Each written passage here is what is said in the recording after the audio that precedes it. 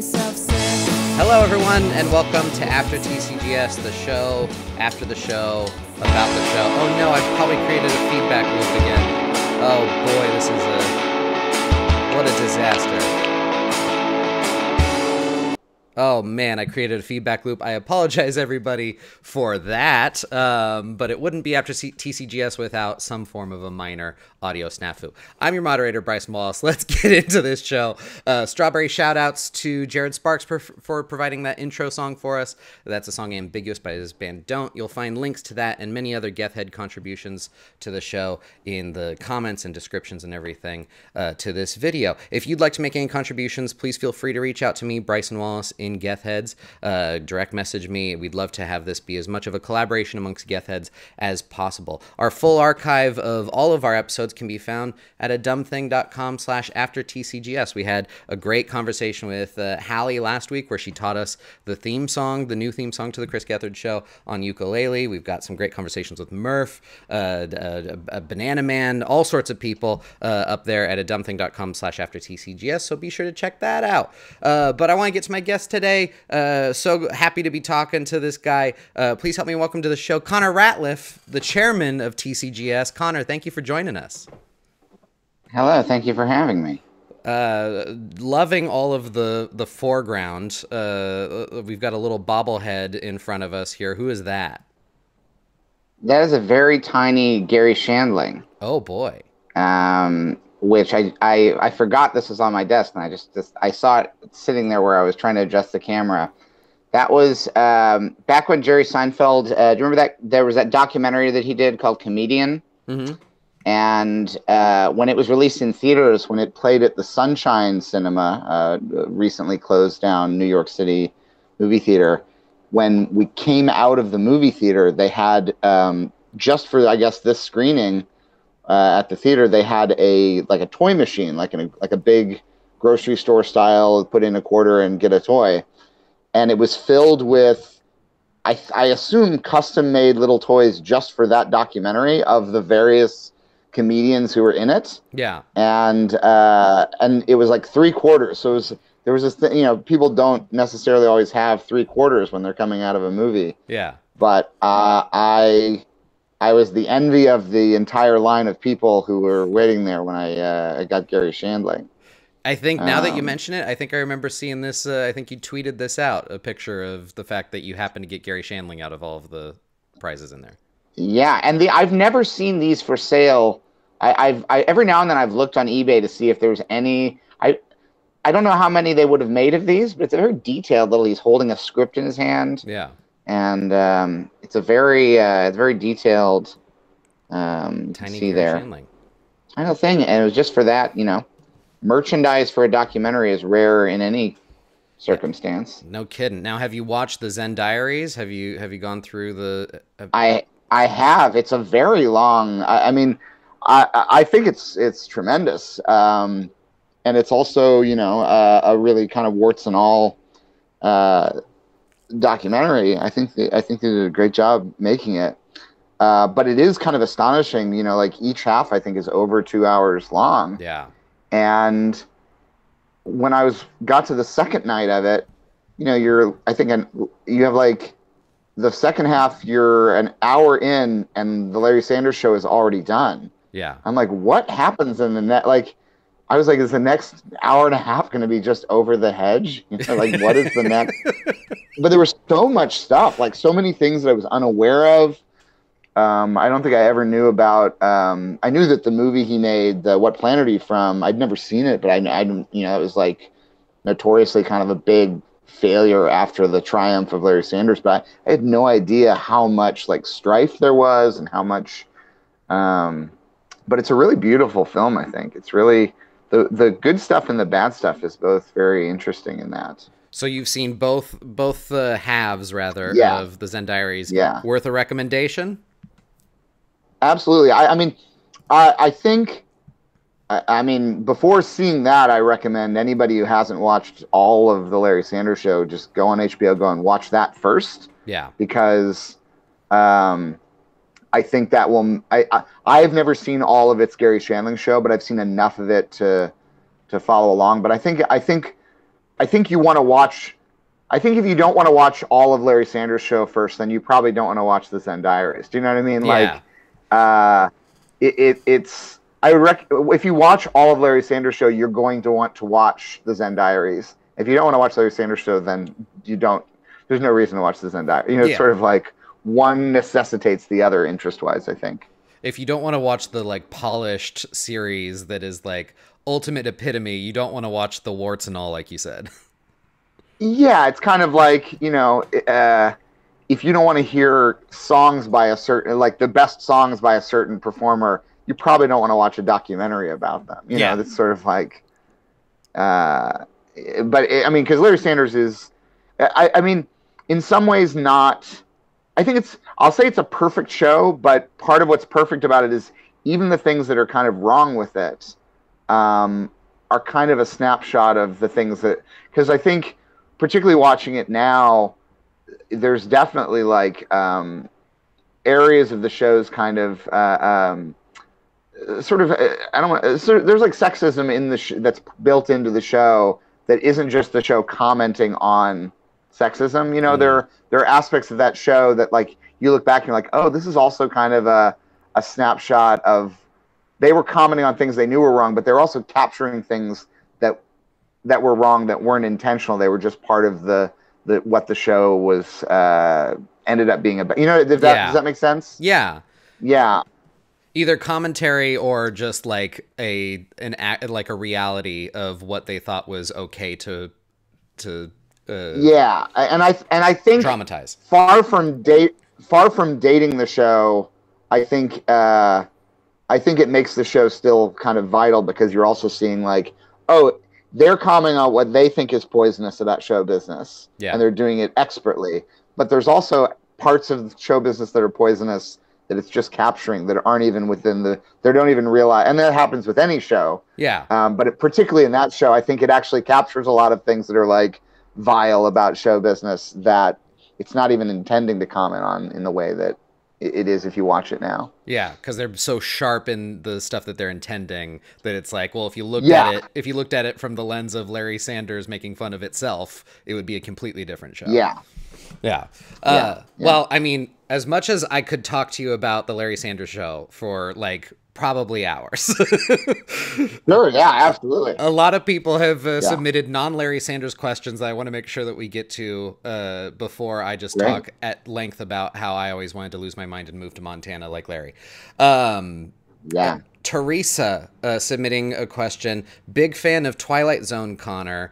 She said, when are we getting more Twilight Zone Connor? I wanted to adapt that and just say, what was that moment like for you? Because I know you were being told to stretch during that set change. Oh, it was fun. I mean, I like it best when the show gives me stuff to do that is not where I'm sort of without a net. And that was great because they were like, look, this set change is going to take as long as it takes. And they had purposely, like Noah Foreman had purposely written less than it would cover to cover the scene change in that episode. Yeah. Knowing that part of the fun of it would be to just be live on TV and to run out of stuff to say and know that you have to keep talking. It's really exciting, you know, like, anytime that I've ever done like remote pieces on the show, or even like in this recent batch of episodes, there was the episode where I brought out the chair for Bethany. We did it in rehearsal, and I didn't think of it. No one else thought of it. That in rehearsal, I went back behind I went up the stairs and back behind where the little doorway is. But then when the audience was there was really nowhere to go. So that's the reason that I ducked down behind the chair. Yeah. It really was just like in the moment realizing like, it's going to be too distracting if I try to walk through this crowd of people to get away. So I'll just like hide behind the chair. I really like it when anytime there's stuff on the show that's completely, I mean, so much of the show is just what happens. Even with the attempts to try to plan stuff, there's always, it's always built into the show that what happens in the actual show is chaotic, and it's even built so that like when something happens that was unplanned for, the show wants to go in that direction. The show wants, that's part of why even though I think both of the Fusion seasons were great, they had great stuff, and it was great to transition the show from public access. Just the act of editing it down into a thing changes the nature of it, because if we film a show like on the Fusion seasons, if we would film a show and it would take an hour to film, and then that gets edited down to 40 minutes or 20 minutes, the stuff that gets cut out is what gets left in is the stuff that makes sense, that's the most coherent. But that means you have to cut often some of the best moments. I wish there was a way to go back and re-edit some of the Fusion episodes, but particularly the first season, because you have things like the wedding episode with Will Ferrell. So much of that just had to go. Like, the best things often had to go, because you have to have an episode that is also a coherent episode of television, you know? Watching those live All those streams, parts are... as a fan, I remember watching those live streams was like very much so appointment television, because you knew that there was going to be so much cut out. And yeah, I think that's the thing. I think True TV was really smart to buy the show, and to specifically buy this version of the show, because even though, you know, we were, you know, trying to push the show, watch the show on TV, you know, for people who could find Fusion, which is very as niche as it gets in terms of trying to find a cable system that has Fusion. It really is like True TV saying like, no, do the show live again, really captured like, yep, that's where the show is. It is in those the moments that are completely unplanned and completely happening because the show is live and you have no choice. You have to keep going, you know? Yeah. And that was also, I mean, just hearkening back to the Fusion era, I remember, I don't know if this is my own personal fascination thing, but even just witnessing your guys' production of like throwing to commercial, because the cameras would stay live when you guys were streaming that. Yeah. And so even just seeing the chaos of you guys staging the next thing, because that wasn't something from public access. You guys never had breaks before. So even seeing just that human element of people responding to like, okay, what the fuck are we doing now? You know, that was fascinating for me. And and on the Fusion, I think the live stream was the show, because it was the chaos of like setting it up and everything like that raw warts and all thing, that really was like, the show is different than other shows. Like, if you go to a taping of like Seth Meyers or Jimmy Fallon, you go to like a you know, like a professional TV show taping where they have like an audience, and they have, you know, the camera, the set and the camera work, everything moves. It's like an AI, like a robot that's just like, it's clockwork. It's this and that. And even though like this show has a great crew and everyone's professional, but the show itself is such an animal that just the fact of having everybody sit on the floor automatically means that it's 10 times more chaotic than any show that has seats. Yeah. Because seats put everyone in a little box. There's no other show where people are like, can you scooch up so we can fit another 20 people in this room, you know? Yeah. Just the audience being seated on the floor and all over the set and everything like that automatically means you can't have that, you know, absolutely perfect. Like at the Tonight Show, they can have the jib or they can have it just move without worrying that the audience might be standing there, because the audience is in their place, they're in their seats, so the camera can just swing and it can move, and this thing can move over here. And at a Gethard show taping, you know, you got to look out, because everybody's like, okay, everybody stand up now, move over here now, we need to move the camera, because, you know, everything is very because you have to be careful of all that stuff, but it's also, you know, there's just so much more, there's so many more sort of variables in play. Yeah. Even in the moments when the show is on TV. Well, yeah, like last night's show, I remember when Chris asked the audience to like move to the side that they wanted to answer questions to between honest and the goofier questions. I remember there was like a whole Skype call where somebody was just standing in Chris's camera shot, and that's just like no other TV show has this. It's stupid and chaotic and fun. Yeah, yeah. But I don't know when Twilight Zone Connor is coming back. He may never. That may have been a one and done thing, because that was such a specific episode. but it was certainly fun. And I always like anything in black and white. So Yeah, absolutely. It was so beautiful, especially because you revealed afterwards, like at what point at the script that you no longer had anything, and just your riffing off of that was just beautiful. Now, being the chairman of the Gethard show, I did receive a lot of chair related questions for you. right. Let's see. What kind of chair do you have at home? I guess that's the most pertinent one. I have an office chair that I bought at Staples, and I made the mistake of when I bought the chair, there was one price for if you had them deliver and assemble it, and another price for if you just take it with you and you assemble it yourself. Mm-hmm. And I was like, I'll just take it with me and assemble it myself. And first of all, walking this box with this chair, all these pieces in it, carrying it from Staples, that alone was a big mistake. And then putting it together was not easy. Yeah. And so you regret it? I mean, it's a pretty good. I regret that. The chair is good. It's kind of starting to wear. It's not a great chair in that I don't know what kind of plastic or vinyl this is that's on like the arms of it, but it's kind of started wearing away. So it's become kind of a ratty chair pretty quickly. But my advice to anyone buying an office chair is, if you can, have it delivered and assembled by other people, unless you're really great at carrying heavy things or putting together awkward, large, lumbering pieces. This is one of those things when you're putting a chair together and you have to lift the whole thing as a piece and like insert it in the. It's not great. Okay, so spring for the delivery. Treat yourself for the professional installation and everything. Yeah. Okay.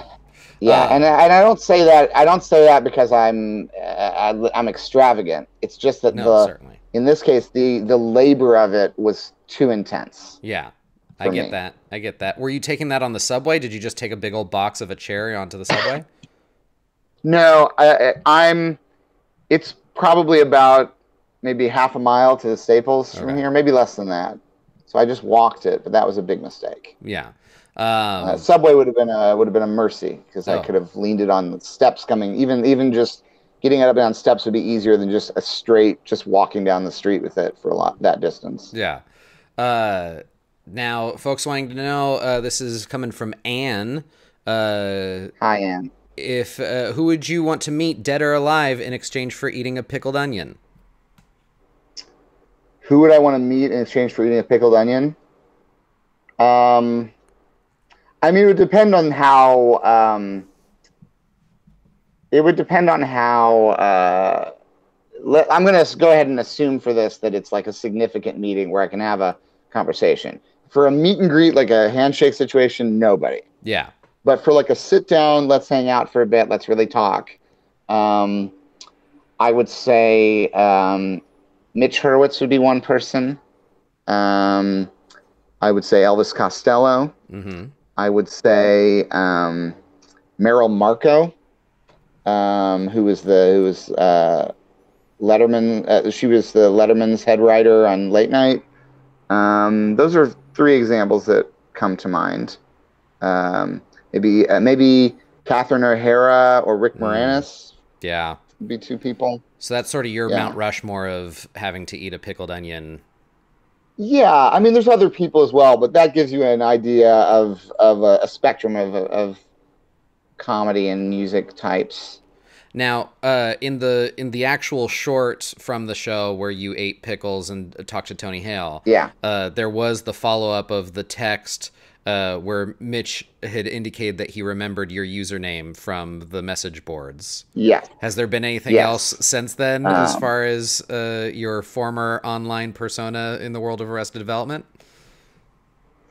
I've talked to other people, but I haven't gotten any further confirmation as to whether or not that character was named after me in Arrested Development. I did make a pretty valiant play for. I tried to get myself cast in season 5 of Arrested Development, and I went really out of my way to do it. I flew myself to LA. I got a meeting with the casting people for Arrested Development. Mm-hmm. I had a very nice meeting with them. I at the end of the meeting, I made it clear that I would do anything on Arrested Development, and that they were like, "Oh well, you're not local, so we probably wouldn't be able to." And I said, "I will fly out here on my own dime.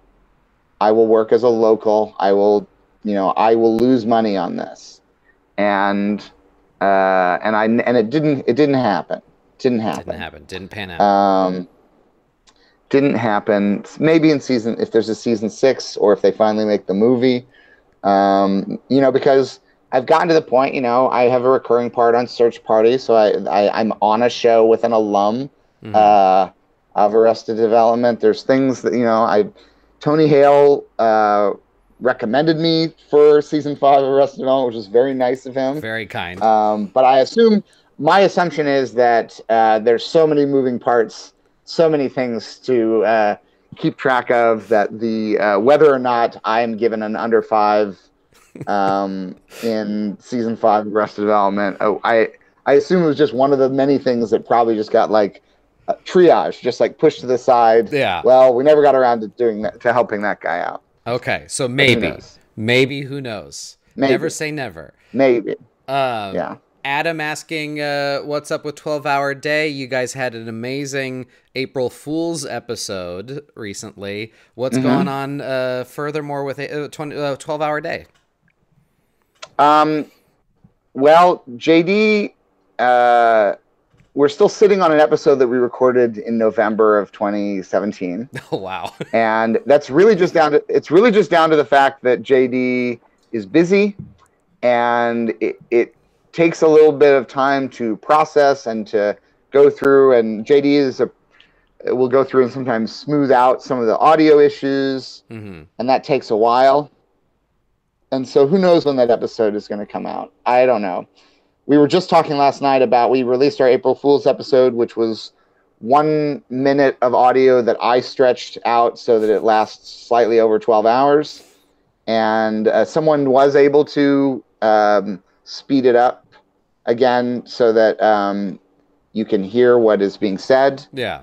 But we were joking last night about that, the possibility of recording a 12-hour episode and then shrinking it down to 1 minute, and whether or not there was any way. I was insisting that there was a way to then recover that data. Everyone else was telling me it's impossible. Once you scrunch it down to 60 seconds, so much information will be lost, be crushed in that process. Oh boy. But there is, I'll say this, I mean, we're going to record another episode soon. Who knows if we will record that episode before or after this new one, this previous one was released. I don't know.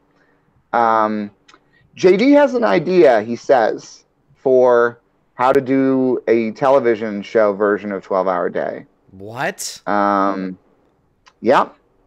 And when I have an idea that's crazy, and JD says that's impossible, I tend to believe it. But when JD has an idea that's crazy, I tend to think, well, he tends to think through all the angles before he expresses enthusiasm. But JD has an idea for how to do it as a TV show, partly because in the era of streaming, the idea of a 12-hour long thing, it's not like we have to find a network that has a 12-hour gap in their schedule. You know what Certainly, I mean? Yeah. It's not like the Jerry Lewis telethon where you have to take over the signal for that amount of time. Yeah, you guys would just become like IRL like streamers that are already going around just being like, yo, what up, guys? Be sure to like, comment, and subscribe. I do think JD had this idea while CISO was still a platform that existed before NBC decided they no longer wanted to have CISO be a thing that existed. There was a period where I believe if CISO had continued to exist, JD and I would have been able to, I think 12-Hour Day would have been a CISO original. Oh, boy. But some other platform, at some point in the future when there's a gap in our schedules, maybe JD will get the bug and decide to make that a reality. Fascinating. I would love to see the result of a 12-hour day television show. Adam further asking if, I believe he's asking if the actual understandable version of the April Fool's episode, if that's available somewhere. Somebody tweeted about it, right? Yeah, somebody tweeted about it. I would ask them. JD himself tried to make it listenable, and JD was unable to, but someone else did it in Adobe Premiere. Yeah. I think they sped it up 127 times. Okay. So check but Twitter. I would tweet at that person. They replied to one of the 12-hour day tweets, and I'm fine if anybody else wants to post it. I don't think we will ever post the listenable version of it, but I'd be happy if someone else decided to. Gotcha. So it possibly exists somewhere. Check the Twitter sphere. Let's see. Madison saying that she recently started her public access journey. She's loving herself some Lone Cornmeal Machine. Can you tell us anything about what it was like making those videos, and if you have any favorites? Yeah, I like the zoo one is one of my favorites. I love the keyboard one. I mean, I love doing all of those. That was so exciting. Basically, the first 13 episodes of the public access. Gethard, and I didn't know. I'd only just met Gethard. I'd been taking a class. I didn't know. I had known him very long, and he asked if I would. I made some little videos to promote this show that Gethard taught. The show is called Parentheses. Yes, and it was a crazy improv class at ECB, and a lot of the people who work on the Gethard show started working with Gethard in that class. And JD Amato, Noah Foreman, Drew Johnson, just a ton of people started having their like a Gethard connection in that class. And I made a bunch of videos to promote that class and those shows. And so Gethard asked me if I would make short films for his public access show. And they needed them specifically to cover there was a break. They were saving those on mini discs at the time, and they could only do 35 minutes. Oh. So they needed to have a film that would play at the halfway point, so they could switch discs, and so they could archive the show. Then they would edit it together with the... Yes. Gotcha, okay. They'd use the film as so there wouldn't be like a 30-second gap in the archive. And so every week we would get a suggestion on Twitter, and then Maëlle Daliveau, who is an award-winning illustrator and cartoonist, and if you look up her website, you'll see all kinds of great work that she does. She would do the visuals. She would come up with some kind of image and film a bunch of footage. And the goal was for her to get me the footage. We would get the Twitter suggestion on Wednesday night. And the goal was for her to get me the footage by Monday, so that I would have 2 or 3 days to look at the footage, edit it together so that it was 2 minutes and 45 seconds long. And then I would write and record like the soundtrack. So sometimes she would just give me a bunch of footage of like a bouncing ball or just little contentless scenarios of like a little clayman. The first one, the suggestion was torsion. So she did a bunch of images of a little clayman who has a testicular torsion, and then he goes to a urologist and has surgery. And so she just edited a bunch of footage, and then she just filmed a bunch of it, then I would edit it, and then I would add music and narration or voices or sound effects. And so I would sort of I would like write it to what the pictures were. And I remember one week, the Day at the Zoo episode, she gave me almost an hour's worth of fully animated stop motion animation. Oh, wow. That I had to, and I got this footage on Wednesday at like 6 p.m. So I had like a couple of hours to edit something, and it was heartbreaking because I'm like, this is close to being a feature-length animated thing, and you're making me have to edit it down to 2 minutes and 45 seconds. Yeah. And I would frequently be racing on the train. More than once I ran into the studio with a disc, with a DVD, and would like Joan Cusack in the movie Broadcast News. I'm like running through the studio, like I've got it, I've got the disc, and then I would have loved to have continued it. And I kind of, in hindsight, I kind of wish that when the show moved to Fusion or even for this True TV season, although who knows, the thing is, we turned those in with no approval because it was just like Gethard just trusted us. Yeah.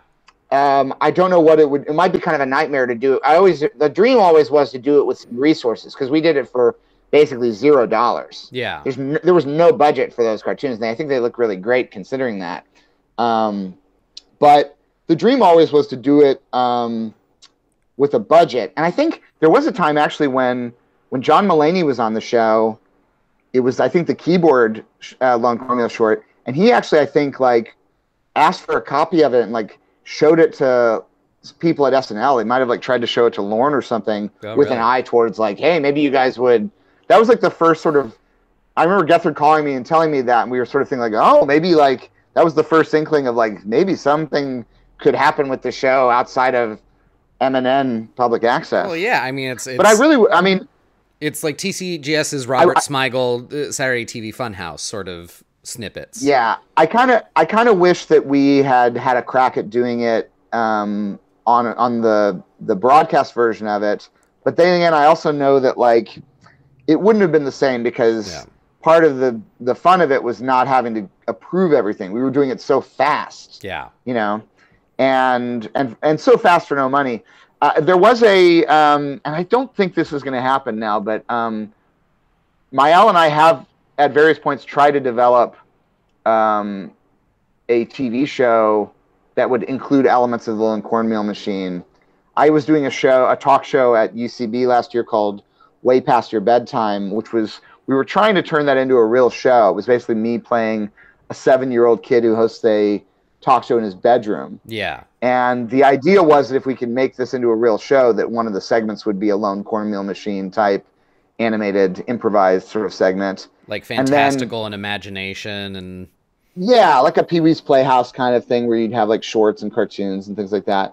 And very briefly, and I think it's dead now, but I very briefly recently had a deal to make a show, not Way Past Your Bedtime, but a different show that would have just been kind of a crazy, interesting, fun talk show that would have had weird elements in it.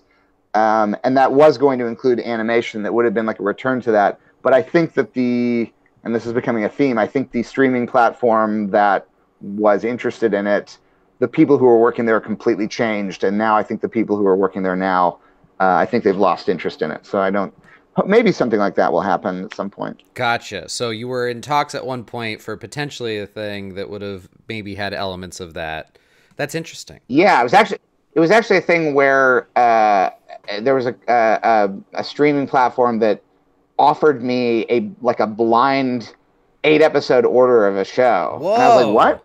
And they were like, we want you to do this kind. And I'm like, what kind of show? And like, you think of it. And they're like, what about this? And they're like, that's great. And I was like, great, let's make it happen. And then months went by and they're like, what's happening? Well, they're still figuring out the deal. They're still figuring out the contracts. And then at a certain point they were like, nothing. Well, yeah, I don't know what's happening. So I'm like, oh, okay. Oh, boy.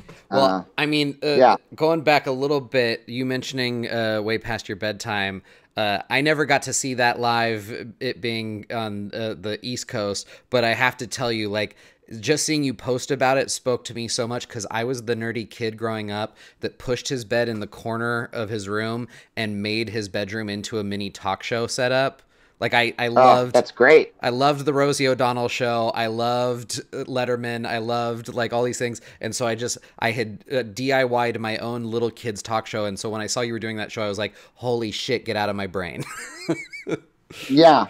Yeah. I mean, between that and the other show that I do at UCB, which is the George Lucas talk show, they're both shows which are talk shows where I'm playing a character. And I don't know if I do a real show at some point, I don't know that I would do a character talk show, but it is interesting because I'm very interested in talk shows where the conversation goes to places that are different than where a lot of talk shows go. Like I really thought last night on the show, I really loved the dunking booth section of the show, in part because I actually liked where that conversation was going. I liked the tone of that conversation. Didn't feel like most interview shows on TV. And I think there's something about doing a character-based talk show that people get so focused on committing to the reality of you're a character interviewing them as themselves that they loosen up and they actually are open to talking about different kinds of things. Whereas when people just go on a talk show and it's like, the so-and-so talk show, and they've got a pre-interview and they know what they're supposed to plug, and it just ends up not really feeling like interesting conversation. Even on a very watchable, very professional show, it's not the thing that interests me, Yeah, to your point, Aubrey Plaza was on plenty of talk shows this past week, and I'm not knocking any of them, but they were perfectly enjoyable talk show segments. But yeah, to your point, you could look at those, and then you could look at the appearance last night, and just conversation went places that it wouldn't go otherwise on other shows. Yeah. Yeah. I'll tell you a show that should be on TV. Mm-hmm. I'll tell you a talk show that if some channel or platform out there, if they were brave enough and interesting enough and bold enough and smart enough, Shannon O'Neill did a show for years at UCB called Strangers Wanted. Mm-hmm. I think it was Strangers Wanted. I always say Strangers Welcome, but it's Strangers Wanted. And it's a show where she would show up, she would ask audience members to make up her house band, which was made up of toys. She would get someone to be her announcer, get someone to do the warm-up for her. She would do all these things, and then she would come out and she would interview. The guests would just be members of the audience. Yeah, and it was such. And I would go watch it every month, and I was like, this should be a TV show. This is so, because she has a knack for like finding what is interesting about a person. Yeah. And you're realizing like, oh, people don't have to be movie stars with movies to plug to be interesting talk show people. Everybody's got something about them that's either funny or sad or curious or, just something about it. And I just always think like if some TV channel had the guts, they would offer Shannon a deal with that show. Cause it really is like, that is a show that is not being made. Yeah. And part of the reason for that is it takes a special kind of ability to host a show like that, and not very many people have it. Yeah. And the people who do have it should all have shows. Yeah, Shannon's got a unique ability to get at something that somebody wasn't expecting to share. From what I've seen from, like, I saw you guys as the Stepfathers a while back, and even just getting suggestions from the show, like, it's not a matter of what the person initially shared. Shannon usually gets to a deeper other thing, and that's fascinating. Yeah. Well, hey, I want to be cognizant of your time. There's a bunch of other questions, but let's take a couple more. Let's take a couple more. Okay. If you don't have to go, I'll take a couple more. Perfect. Well, you mentioned George Lucas Talk Show. You got a big show coming up on May 4th. Is that true? Yeah, it's for Star Wars Day. It's really lucky that our show is always on the first Friday of the month, and that doesn't always line up with Star Wars Day. So, yeah, so it's exciting to me when I realize like, oh, we're gonna actually get to do one on Star Wars Day. Yeah. But I'm also in the middle of 3 months of shows devoted to Ron Howard because he's the director of the new Star Wars movie. You just had a Willow show. So we did a Willow show last month. Yeah. And then this month it's going to be Star Wars Happy Day. And we're just going to talk about Star Wars and any other Ron Howard thing. And then in June we're going to do a show that is that we're calling the Post-Solo Sholo, where we just talk about the movie Solo. And I mean, we'll talk about other things, and invariably the conversations weave and spiral and go other places. But I'm going to be giving away a ton of things, and we're going to have a Ron Howard costume parade. We always encourage people to dress up for Star Wars Day shows whenever the week of Star Wars Day, whenever we have a show. But for this one, any Star Wars character, but especially any Star Wars character now by default is part of the Ron Howard universe because he's directing a Star Wars movie. So you can dress up as anyone and they're connected to Solo. Yeah. But also if people want to dress up as a firefighter for Backdraft or a mermaid for Splash or Buster Bluth or, any character from anything that Ron Howard has been, you can dress up as Fonzie. Anything or in the Ron Howard universe. Yeah. Yes. And we're going to give away a ton of Ron Howard stuff and some Star Wars stuff, and I think it's going to be a lot of fun. Dress up as Don Knotts from the Andy Griffith Show. Just Yes, yeah, absolutely. Anyone from any Ron Howard television show or movie. You can dress up as Jack Bauer. Imagine Entertainment produced 24. You can dress up as Vince Vaughn in The Dilemma. You know, some of these costumes are easy. You just gotta. Steve Martin in Parenthood is not a hard costume to put together. Okay, so now you've given people so many options that you'd be hard pressed to find an excuse not to dress up for this show. To show up not dressed as a character from a Ron Howard thing is an insult. Yeah. Well, I saw, I believe it's 2 total that you've put on out in LA, George Lucas talk shows, right? Or were there more? Yes. Yeah. No, wait, I've done 3. I've done 3 in LA. Okay, then I saw the most recent 2. Yes. I can't recommend the show enough for anybody that's in the New York area. Find Connor's social media, find out when these shows are. I highly recommend it. It's a good night of entertainment and fun. My favorite was Amy Mann came on the show and she just immediately said, "I've never seen any Star Wars anything." And it was just like, this doesn't matter. Yes. And yeah, Amy was very kind to do the show because she's one of my idols, and she was like, "I'll be a bad guest. I've never seen Star Wars." I said, "That's fine." And she started off. She says, "I've never seen Star Wars." And I said, "Have you seen American Graffiti?" And she goes, "Yeah, that's you." And I went, "Yep." And me, of course, I'm pretending to be George Lucas. And I was like, 2 questions in, and you're already killing it. You cannot escape George Lucas's influence. Even now, almost everything you see has the sound done at Skywalker Sound, or the Industrial Light and Magic. Like, you cannot escape the man's reach. It's too broad. It's too powerful. Now, 2 final questions. First, hopefully quickly one is that I was avoiding it because I didn't understand it, but now multiple people have mentioned Clementine in the chat. Yes. Have I missed something in a warm-up? What are we talking about here with Clementine? Yeah, I was doing a bit in the warm-up where I would the first show of this batch of episodes this year, I gave out raisins to the audience, and everyone could have 1 raisin. And because these were just raisins I took from the green room. Yeah. And so there wasn't enough to give everyone a box, but there was enough if everyone took 1 raisin. Then the next week I decided I would eat a box of raisins when the audience decided it was raisin time. Yes. And then for the next week I decided I would make it 2 boxes of raisins, which was actually very hard to eat fast. I was kind of worried about it because I was going to add 1 box every week.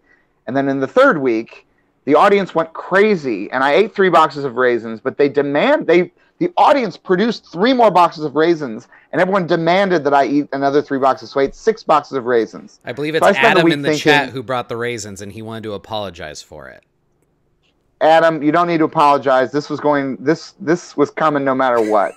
Someone was gonna. If it wasn't you, it would have been somebody else. Yeah. But I had to shut it down, and so this week I explained that I was canceling Raisin Time, but I was replacing it with a new segment called Clementine, where I would eat a clementine at my own pace. And if I decide to eat more than 1, it's my choice, and it's not dictated by the mob of the audience demanding it. And I ended up eating, I think, 6 clementines last night. But I have to say, and I don't know, maybe next week if Clementine happens again, maybe it will be a spectacular failure. Maybe it'll be a real disappointment next week. But, whoa, the first attempt at having Clementine succeeded to such an extent that going back to doing just comedy feels like for a few minutes there as I was eating, I mean, all I'm doing is peeling a small orange. And people are going nuts. Placing the peel on my head and then eating it slowly in front of the audience while the band plays, and the audience reacted like I was Mick Jagger. It was really like I was a rock star, and for doing nothing. Like a rock star gets that kind of reaction for being sexually attractive and good at music or dancing. And I was doing it for just eating an orange confidently. Yeah. And it was the best feeling that I've ever had as a performer.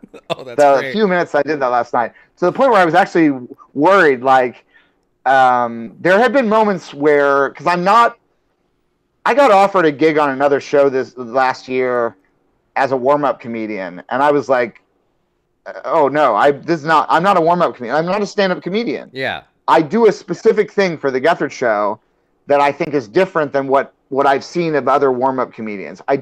To the point where there are times when I worry that what I do is a detriment to the show, in the sense that, like, you're supposed to warm up the audience, but there have been times when I think there's been a danger that I'm wearing out the audience. Yeah. Like the very first episode on Fusion was the one where during one of the commercial breaks, I started doing a chant that became a song that became a performance with Shannon O'Neill rapping while I was dancing, and the Body Don't Stop was this video you could see online. It was completely unplanned. It was during a commercial break, and it's ended up being like a 9-minute like rave. Yeah. And on the one hand, it was a triumph, but on another hand, it's like you cut back from commercial in an episode, and everyone in the audience is like sweating and breathing heavy, and it makes no sense. There's no context for like what happened. Like that's not, which I don't have a problem with, but I think there are times when like I do wonder if it's, you don't want to do something that is going to damage the experience of the actual show. That is the reason everyone is there. You don't want to wear people out, but at the same time, like Gethard wants me to like get the crowd's energy up.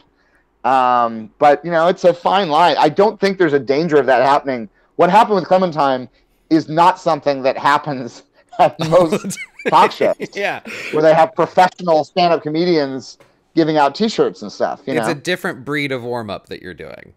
It's a completely different breed. And it's a bit tailor-made to the community that's been fostered over time, too. Yeah, it's the nature of the show. I mean, this is not a normal show, and, it shouldn't be. It shouldn't be a normal show, That's the whole point of it. But, also, it was pointed out to me, my friend Sal Gentile, who writes for Late Night with Seth Meyers, was at the show last night. Mm-hmm. And afterwards, he pointed out to me that, like, the amount of time that I spend doing the warm-up is so much longer than what most warm-up comedians do. Yeah. Because it's like 45 minutes. Yeah. And then I'll do stuff during the commercials.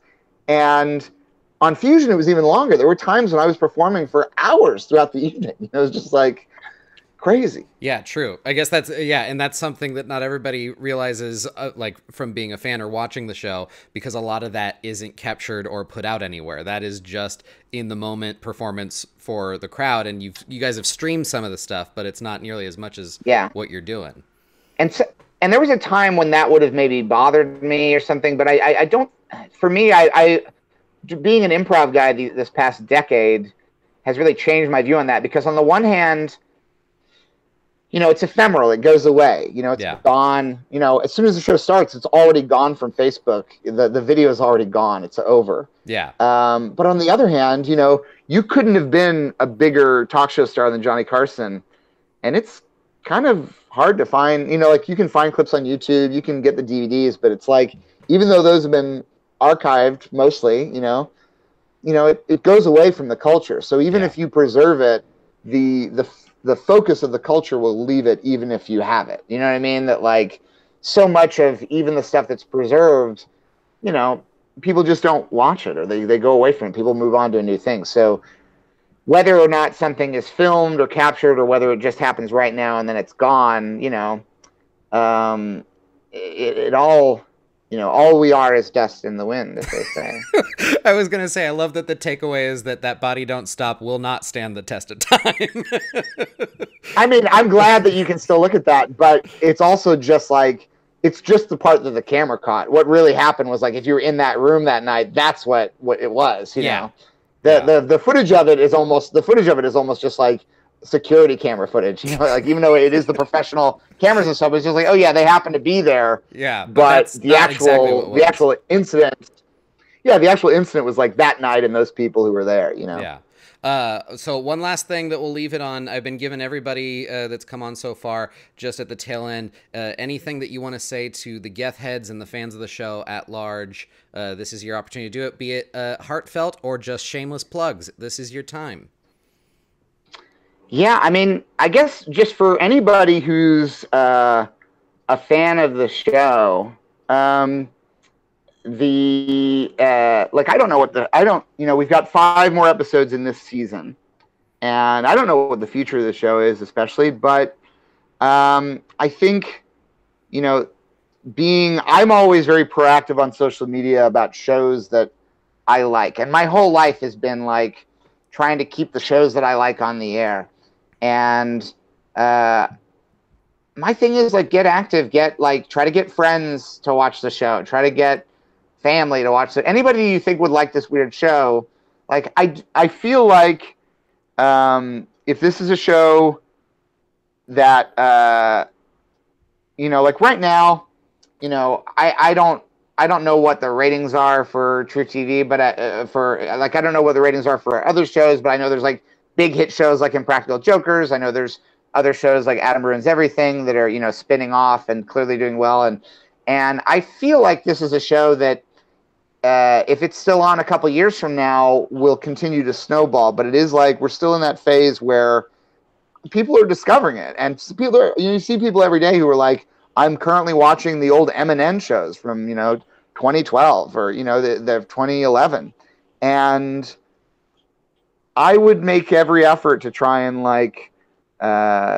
get more people to watch it, All right. Start the groundswell.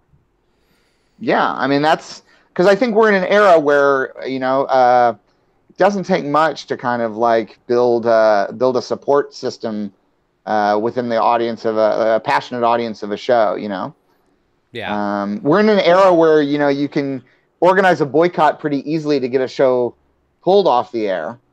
It seems like you'd be able to do the reverse. Yeah.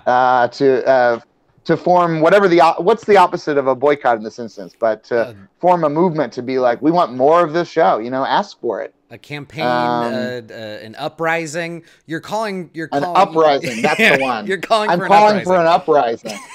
Yeah. All right. Well, we'll get on it. I swear. We're at attention. Right, well. We're awaiting the rest of your orders. All right. All right. Well, Connor, thank you so much for joining us tonight on a random Wednesday afternoon or evening, I guess on your end. I'm on West Coast. I'm screwing this up, Connor. The sun went down. As you can see, the sun went down over the course of this interview. I got nothing but sun. Oh, your time is coming. That sun will go down into the ocean before you know it. Well, Connor, thanks again for joining us. Check out George Lucas Talk Show, and I'll link to other of Connor's stuff down below so he doesn't have to shamelessly plug. I'll shamelessly plug for him. All right? Thank you so much. And if I'll answer some questions in the comments that we didn't get to if there's other questions. Yeah, there's all sorts of odds and ends that people have. Yeah, thank you to everybody for submitting questions. Connor, thank you so much. We'll see you down the road, my friend. All right, thanks a lot. Thanks, Connor. All right, Connor Ratliff, such a great pleasure to talk to him. Thank you, everybody, for submitting questions. Sorry we didn't get to all of them, but like Connor said, it sounds like he's going to try to respond to some. And again, if you have any contributions that you'd like to make to the show, please feel free to DM me, Bryson Wallace, and Geth Heads. Our full archive is at this link, adumbthing.com/afterTCGS. See you guys next time. Later. Goodbye. Eloise says, Persephone, please.